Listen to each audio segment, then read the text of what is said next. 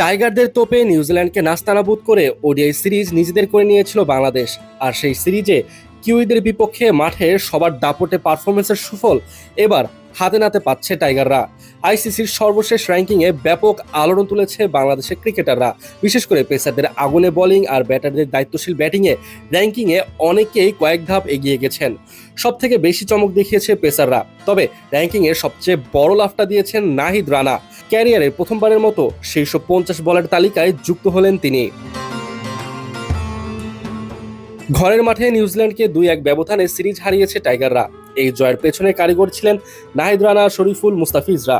এই পেস ত্রয়ী মিলে সিরিজে 3 ম্যাচে শিকার করেছেন মোট 18টি উইকেট। বোলারদের র্যাঙ্কিংয়ে তাই বড় লাফটা দেওয়া তাদেরই প্রাপ্য ছিল। পেস আক্রমণে শরীফুল ইসলাম 11 ধাপ এগিয়ে এখন 28 নম্বরে অবস্থান করছেন।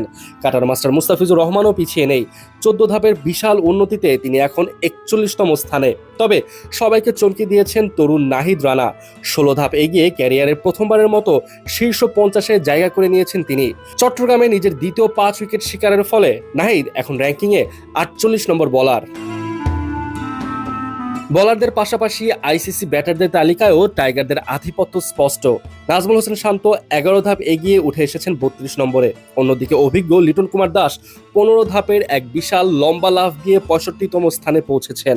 আর অলরাউন্ডার ও অধিনায়ক মেহেদী হাসান মিরাজের পারফরমেন্স যেমনই হোক না কেন, চট্টগ্রামের সেই সিরিজ নির্ধারণী ম্যাচে 22 রান ও 2 উইকেট শিকারের পুরস্কার হিসেবে তিনি এখন বিশ্বের অলরাউন্ডার র্যাঙ্কিংয়ে মোহাম্মদ নবীর সাথে যৌথভাবে 3 নম্বরে আছেন। সফলতার এই ধারা কেবল ওয়ানডেতেই সীমাবদ্ধ থাকেনি। সিরিজের প্রথম টি-20 শেষে এই সংস্করণেও উন্নতি করেছে ক্রিকেটাররা। ম্যাচ সেরা ইনিংস খেলে তাওহিদ হৃদয় 9 ধাপ এগিয়ে এখন 39তম সেরা ব্যাটার।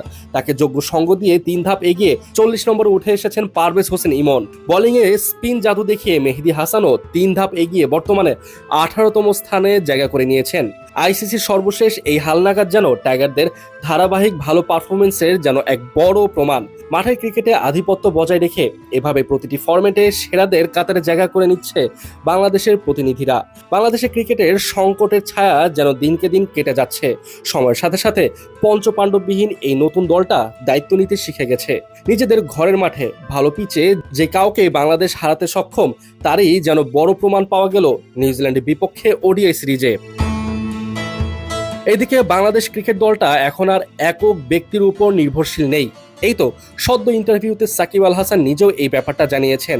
যেখানে একটা সময় বাংলাদেশ জিতবে না হারবে তা নির্ভর করত গুটি কয়েক প্লেয়ারের উপর, সেখানে এখন একজন দুজন নয়, বরং দলগতভাবে খেলে প্রত্যেকের উপরেই নির্ভর থাকা যায়। এই যেন বদলে যাওয়া নতুন বাংলাদেশ দল।